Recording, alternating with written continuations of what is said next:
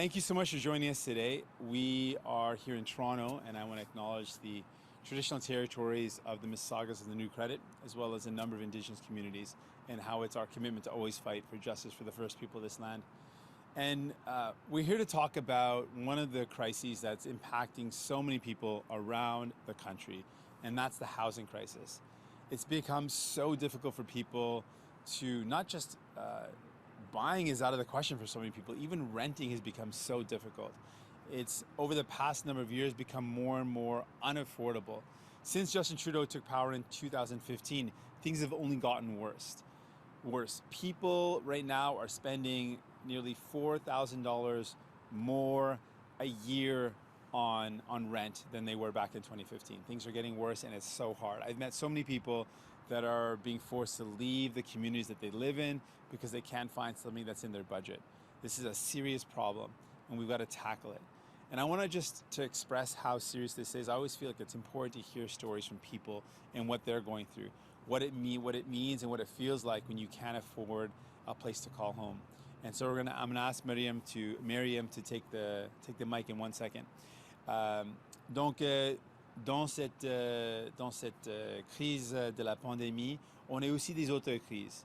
Et une crise qui frappe fort, c'est la crise du logement. C'est tellement difficile d'aborder un logement, difficile d'acheter une maison, mais aussi c'est tellement difficile de louer une maison. Depuis le temps que Justin Trudeau était au pouvoir, le loyer pour un an était augmenté $4,000. Donc, c'est plus cher pour les gens de louer un appartement. C'est un enjeu qui touche, comme j'ai dit, tous les Canadiens et Canadiennes. Ça frappe fort aussi à Montréal, au Québec. Et je veux présenter quelqu'un qui va partager une histoire de comment ça frappe fort la crise du logement. So without further ado, I want to invite Miriam to share her story of what it's like struggling with the cost of housing, with the cost of rent. Miriam, please take the stage. Thank you. Hello, thank you for having me. Just to tell a little bit about my story, basically we were trying to find a place in Toronto for the past year. We finally did. And collectively, me and my partner pay about $2,500 for our 2-bedroom. And I was searching for this apartment. I was pregnant, and it was extremely difficult. The whole idea kind of around this is that we thought that that we were lucky, that this was a good price actually, compared to our friends and our family who pay a lot more than us. And it just to kind of give you an idea, 3 years ago, I was living in the Beaches in a big 2-bedroom, paying just under $1,800. So this jump, I think, was just really hard and really unnecessary for us. I'm born and raised in Toronto, and I want nothing more than just to stay here, but it's just looking harder and harder. We'd like to save the money towards a mortgage or something like that, but the whole crisis has kind of left it out of our reach. It's impossible. But we consider ourselves lucky, and I think that that's a little bit unacceptable right now in this climate especially.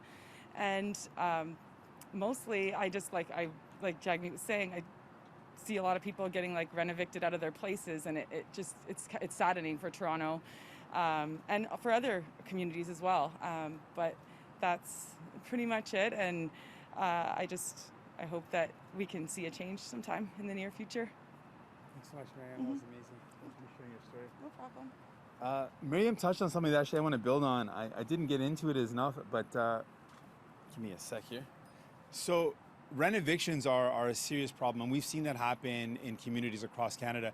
My home riding of Burnaby South, it's been a major concern where people are getting rent evicted out of their homes. So a building will be bought by a large corporation, a wealthy corporation, then that retrofits or changes the units so that people can't afford it anymore and people lose their homes. And that's happening here in Toronto as well. We've learned that this is happening because the CMHC is actually allowing companies, large corporations, to get loans that they then use to renovate people. We want to put a stop to that.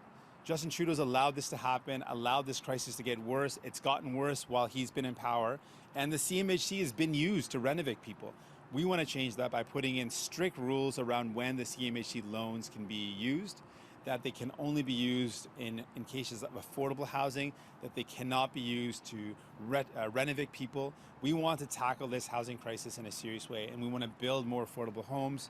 We want to build 500,000 new homes that are within people's budgets in the next 10 years. We also want to put a foreign buyers tax.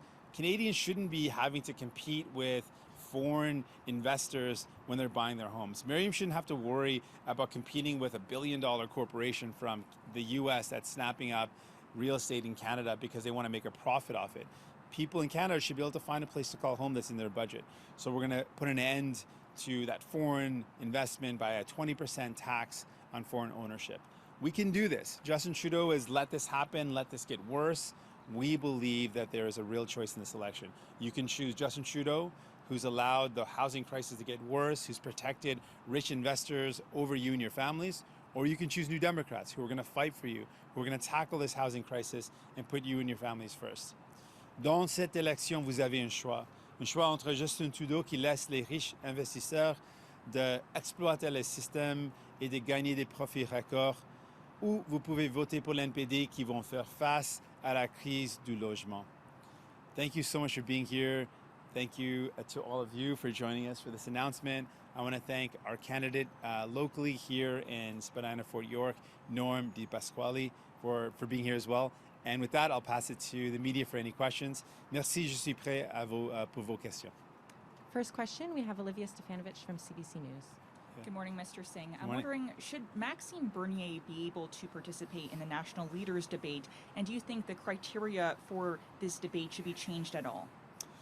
No, and I've written a letter explaining how I do not believe he should be allowed. He's someone that is opposed science, that puts out very dangerous and divisive rhetoric, and is someone that is putting out messages that are discouraging the public health response to this pandemic. I think it would be the wrong thing to do, very much the wrong thing to do, to give him a platform to promote very divisive and hurtful, frankly, messaging that is counter to science, counter to people's health, and that would be a wrong thing to do.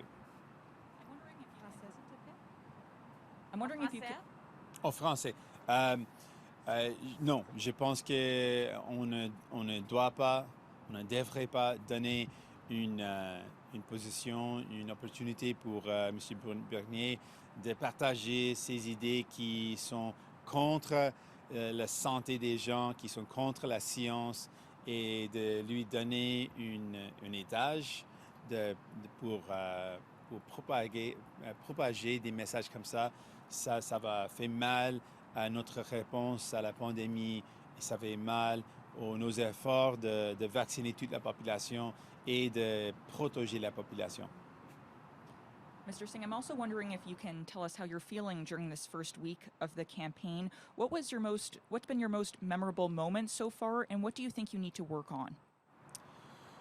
Well, yesterday in the Cowsis Nation was a pretty incredible moment. It was really heartbreaking to see a field dotted with indicators that these were Indigenous children, these were unmarked graves, these were people that were forgotten and discarded.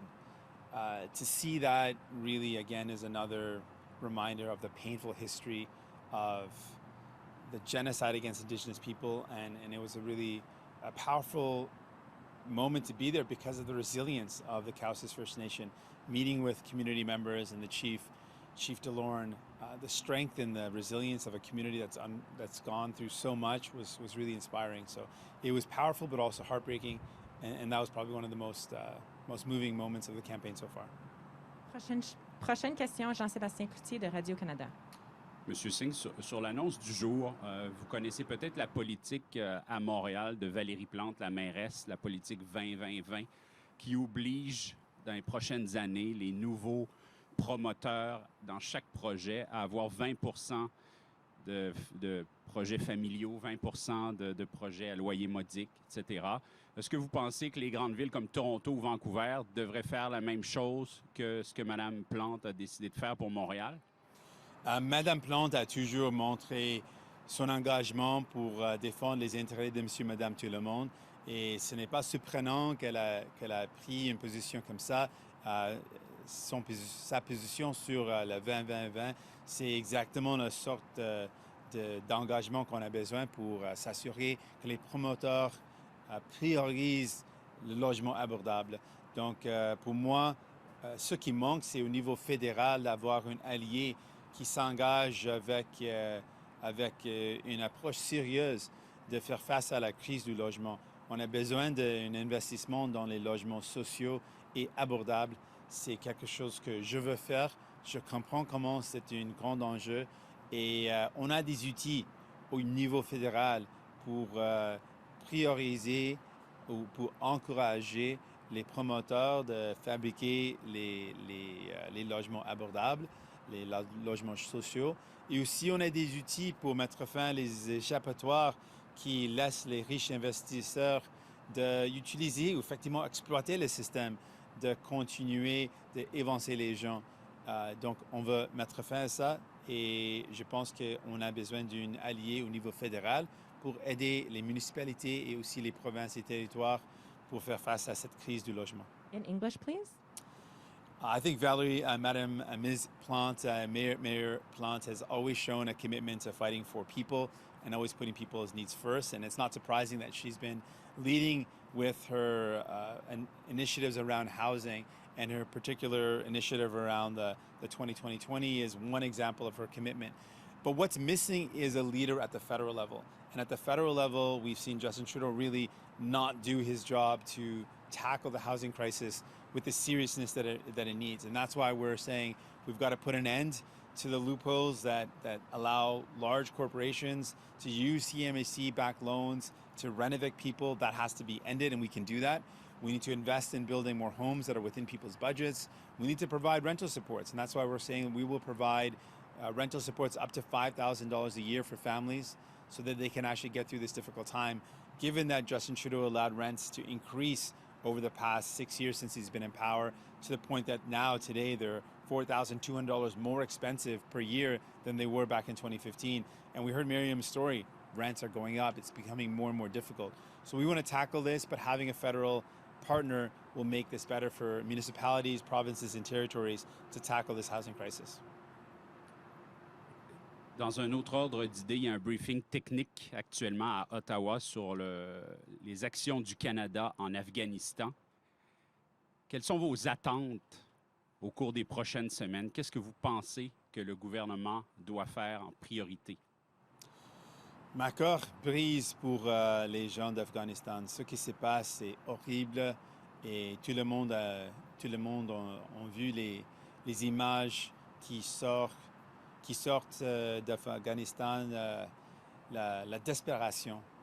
Et c'est quelque chose qui est vraiment horrible. Et on doit faire tout ce qu'on peut pour aider nos alliés parce qu'on sait qu'il y a plusieurs personnes en Afghanistan qui ont aidé nos forces canadiennes qui sont en péril à ce moment. Donc on doit les aider et on doit travailler avec nos alliés internationaux, avec les autres pays pour faire tout ce qu'on peut pour aider les gens qui veulent évacuer ou qui veulent quitter le pays à cause du grand menace des talibans.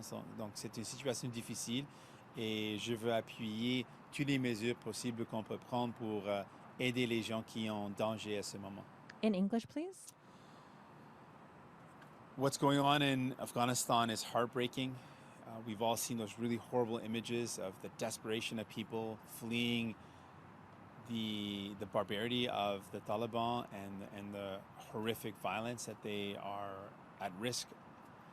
And we know that there are a lot of allies, people that put their lives at risk to help Canadian forces that are right now in peril, and we need to do everything we can to support them. So I support any initiative that we can take, any measures we can take to help people who are trying to evacuate, people who are trying to leave the country because they're fleeing danger, they're fleeing a risk to their lives. And I think we also need to work with international allies, other countries, in doing our best to help people that are fleeing this international human crisis. Next question, we have Annie Bergeron-Oliver from CTV News.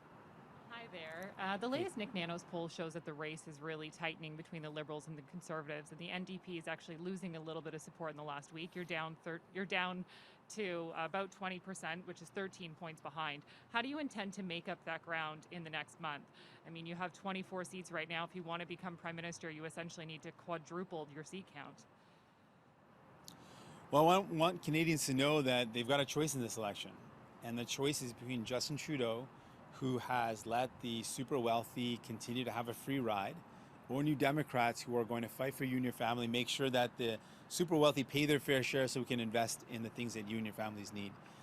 We have shown in this pandemic the New Democrats make life better for people, and we will do that same thing moving forward in the recovery. We will make sure you and your families are a priority, and we will fight for you. And on this announcement, you're talking about creating 500,000 affordable homes in 10 years, sorry. What specifically would an NDP government do to help reduce rent prices immediately rather than in the long term? Right, so a couple of things we want to do immediately. First off, the CMHC is being used right now by large corporations to get CMHC-backed loans that allow them to purchase buildings and units that they then renovate and effectively renovict their occupants. That's going on across Canada. So we would put an end to the renovictions by putting strict rules in place around the CMHC. That would immediately protect people from getting renovicted. We would not allow large corporations to use CMHC-backed loans to renovict people. That's one. We also want to put in place some supports. I mentioned that since Justin Trudeau has been in power in 2015, if you compare the rental prices in 2015 to rental prices today, they've gone up by $4,200 a year. We want to put in place a rental subsidy to help families of up to $5,000 a year. That would immediately help families that are struggling with that increased cost that Justin Trudeau has allowed to happen. And then finally, we know that for a lot of people, they're competing right now when they try to buy a home. They're competing with foreign companies that are looking at the Canadian housing market as a stock market, and they want to make profit off this market. So we want to get that big money out of housing. And so one of the ways we heard recently, a couple months ago, a firm from the US wants to purchase $1 billion of real estate in Canada. So Merriam or people like Merriam shouldn't be competing with a company that can purchase $1 billion of real estate in Canada when they're trying to buy their home. So we want to get big money out of the housing market so that people can find a place that's in their budget. Next question, we have Mike Lecoutar from Global News. Just in your plan, Mr. Singh, I wanted to ask you, what do you say to people who contend that some of your plans will scare companies away from actually investing in Canada and developers from trying to work in different cities because you're saying you're going to clamp down on them so much? Well, I do want to scare away. If someone wants to make profit off the backs of Canadians and wants to exploit our housing market and compete with people like Merriam so that Merriam is competing with a company that's trying to buy $1 billion of real estate. Yeah, I don't want them coming to Canada. I don't want them here. I want people in Canada to be able to find a home that they can afford, and I don't want them competing with big business or big money. And so I definitely want to discourage foreign ownership of Canadian homes. That's why we're putting in a 20% tax on foreign ownership. We don't want that to happen. We don't want Canadians to have to compete with people with deep pockets, with billionaires. We want Canadians to actually find a place that they can afford. And there's lots of other ways we can encourage investment. There's lots of areas of investment that will encourage. But when it comes to housing, I don't want billionaires making money off of the housing market at the risk of Canadians not being able to find a home. Sorry, I think you might have misunderstood. I meant on developers who are actually building some of these homes, that you could scare away them. That's what I meant. And then I actually have a follow-up on something else. But on those developers who may be building the homes, scaring them away, and that they could also be the same companies that you want to work with to try and build more affordable homes. Well, we want to incentivize affordable homes, and what we've seen in the past hasn't worked. So the approach that Liberals and Conservatives have taken at the federal level has got us to this crisis. So I don't want to take the same approach that's not actually made things better for people. And we've seen Justin Trudeau's approach has made things worse. Whether it's rental or buying homes, housing prices have exceeded other OECD nations in terms of the increases that are happening here in Canada. So clearly, the approach that's been taken before hasn't worked. We know we'll have to work with private developers, but we want to make sure that the priority is not on those developers, it's on people. And we can incentivize and encourage developers to work in a way that actually benefits Canadians, not in a way that just lines or pockets. We want to make sure that they're working in a way that actually creates good opportunities for people to have a home that they can actually afford. And sorry, just as my follow-up, I want to ask you on Afghanistan. What is the Canadian government doing now that isn't right, that you would do differently to try and help people? Because you say you want to work with allies and you want to help these people get out of that terrible situation. But what would you do differently specifically right now to try and help people? Because one would think that the people at Immigration Canada and the rest are doing their best to try and get people out in this very difficult situation. You know, when it comes to calling out Justin Trudeau when he's making a mistake or doing something wrong, you know, I don't hesitate, whether it's on Indigenous clean drinking water, whether it's on housing, our announcement today, or on the environment. I will not pull punches when it comes to criticizing Justin Trudeau where he's doing something wrong. On Afghanistan, I understand Canada is doing the best that Canada can, and I want to encourage that to continue. It is very difficult, and I've spoken with Afghanistan communities from Afghanistan, leaders in the community that are just describing how bad things are, and I understand how afraid they are and how worried they are, and I just want to make sure we're doing everything we can to help people that are trying to flee this imminent danger in their lives. And a lot of Canadians are worried because they've got family that are directly impacted by what's going on, and I'm just worried about them. I want us to do whatever we can. En français, s'il te plaît. Je suis toujours prêt à critiquer Justin Trudeau quand il faut. J'ai toujours critiqué ces mauvaises décisions.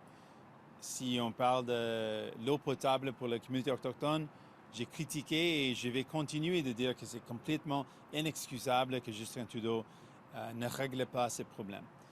Mais avec ce qui se passe en Afghanistan, je veux juste seulement encourager le Canada de faire tout ce qu'on peut pour aider les gens qui sont en péril, qui sont en danger. J'ai parlé avec les gens qui ont des racines en Afghanistan et je sais qu'ils ont peur pour leur famille, leurs amis, et je veux qu'on fasse tout ce qu'on peut pour les aider. Next question, we have Denise Paglinawan from Canadian Press. Hey there. Can you comment on Trudeau not campaigning today? Well, I can't, I don't know what his schedule is and why he's not campaigning, and I guess he'll have to answer that. I can just say, for me, on housing specifically, and on many other things, Trudeau has been missing in action. He has been missing when it comes to helping people who are struggling with trying to find a place they can rent, with people who are struggling to find a place they can buy. It's been a struggle, and Justin Trudeau has been missing in action.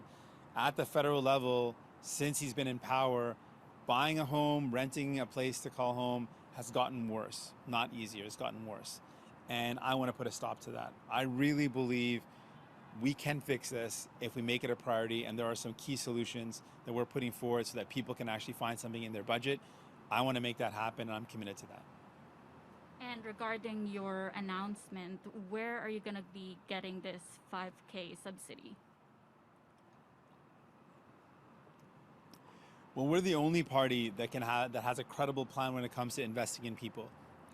Whether it's Justin Trudeau or Aaron O'Toole, both of them have really only two options in their playbook. Either they're going to cut the help that people need for any of their commitments, they're going to cut some other help that people need, or they're going to put the burden on the same folks that have had a hard time in this pandemic. They're going to increase taxes on workers or small businesses.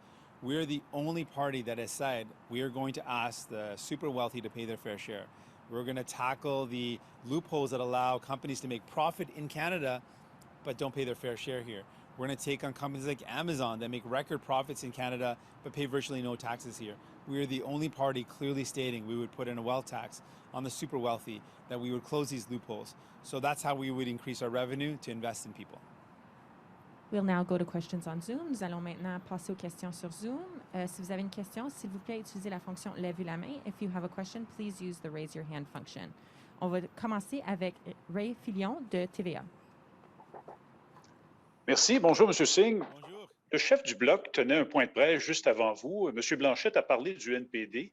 Il a dit, et je cite, « Ce que le Québec a reçu du NPD, c'est des allusions plus ou moins subtiles au fait qu'on soit xénophobe et raciste. Ne l'oublions pas. » Fin de la citation. J'imagine qu'il faisait allusion aux propos de Matthew Green, votre député qui avait appuyé les propos du professeur Attaran l'hiver dernier. J'aimerais avoir votre réaction à ça. Je suis le chef du parti. je dis clairement que notre équipe appuie les Québécois et Québécoises et on dit clairement que le racisme systémique, c'est un enjeu qui touche tout le Canada. Ce n'est pas un enjeu d'une province ou un territoire, c'est quelque chose qui touche tout le pays.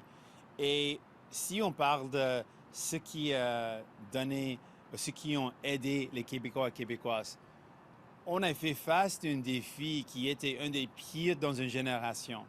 Dans cette crise, qui a doublé la PCU, qui a augmenté la subvention salariale, qui a mis en œuvre un programme de congé de maladie payé, qui ont aidé les étudiants, c'était nous, les néo-démocrates.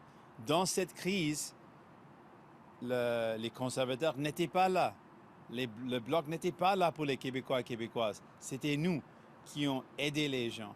Et c'est important de mentionner que si les autres partis, on n'était pas là dans cette crise, un des pires dans notre histoire, quand est-ce qu'ils seront là? Donc, on a montré notre engagement pour aider dans une manière claire les Québécois et Québécoises. Est-ce que cette histoire avec M. Green pourrait faire mal à votre parti, selon vous, dans l'élection au Québec? Mon engagement pour Québec, c'est clair. Pas de problème pour montrer au Québec comment on est le parti qui défend la langue française. On est le parti qui s'intéresse aux enjeux qui touchent les Québécois et Québécoises. Et je suis le chef qui a dit clairement le problème de racisme systémique, c'est un problème à travers le pays. Les communautés autochtones n'ont pas accès à l'eau potable. Ça, c'est le racisme systémique. Et c'est un enjeu qui touche tous les Canadiens et Canadiennes. Et je veux encore dire clairement, c'est quoi le point d'avoir un député, une partie qui ne s'occupe pas des gens dans une période de difficulté comme la pandémie? Si vous ne pouvez pas aider les gens dans ce temps, quand vous allez aider les gens? Et c'est quoi le point d'élire quelqu'un qui ne se bat pas pour vous dans un temps comme ça? Qu'est-ce que les autres partis d'opposition peuvent montrer comme enjeu spécifique, victoire spécifique qu'ils ont gagné pour les gens? Nous, les néo-démocrates, peuvent montrer plusieurs victoires qui ont aidé les gens dans ces temps difficiles. Et je donne un défi aux autres partis d'opposition de montrer quelque chose qu'ils ont fait. Ils ne peuvent pas le montrer. Prochaine question, nous avons Alexis Roy-Letarte du Journal politique.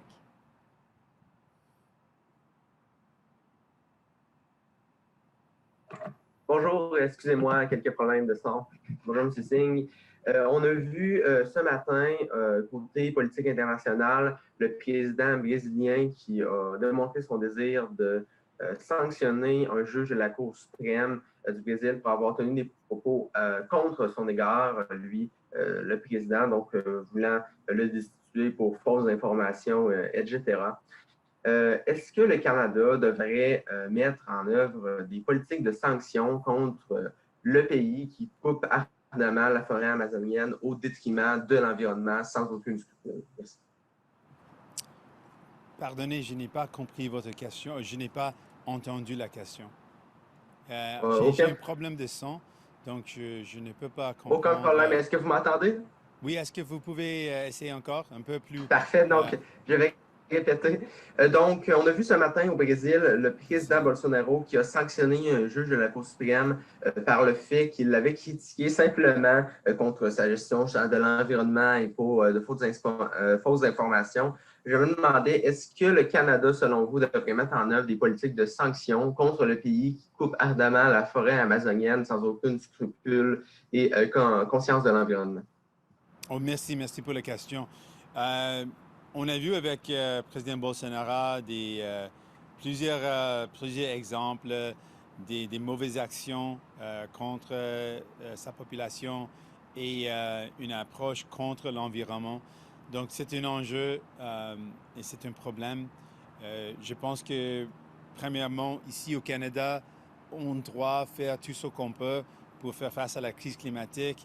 Et on n'a pas un bon bilan avec Justin Trudeau. On a un des pires bilans à travers le monde avec nos émissions de gaz à effet de serre. Donc, on doit montrer le leadership ici pour avoir la capacité de dire aux autres pays qu'ils sont tort, ou ils ont fait une erreur avec leur jugement. Donc, on doit commencer ici au Canada. Mais oui, j'ai des inquiétudes, en particulier pour les forêts d'Amazon et ce qui se passe en Brésil. C'est vraiment inquiétant et on doit faire ce qu'on peut avec nos alliés internationaux pour défendre l'environnement et protéger les forêts.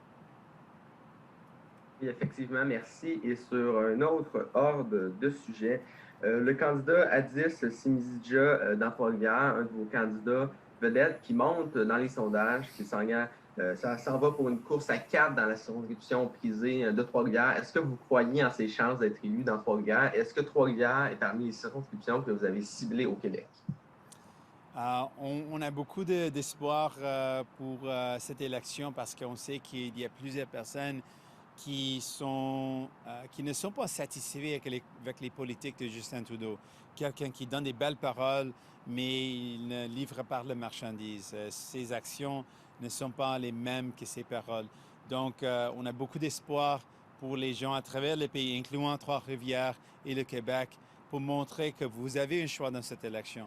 Vous ne devez pas choisir Justin Trudeau qui a laissé les ultra riches de gagner des profits et d'exploiter le système. Vous avez le choix de voter pour l'NPD qui vont s'assurer que les ultra riches paient le juste part pour investir dans les gens, pour faire face à la crise climatique, pour créer des emplois de qualité et pour investir dans nos soins de santé. Et comme on a dit aujourd'hui, pour faire face à la crise du logement. C'est possible. J'ai beaucoup d'optimisme pour l'avenir et pour les gens qui veulent faire mieux. Ceci conclut notre conférence de presse. This concludes our press conference. Thanks so much. Merci. Thanks for being here.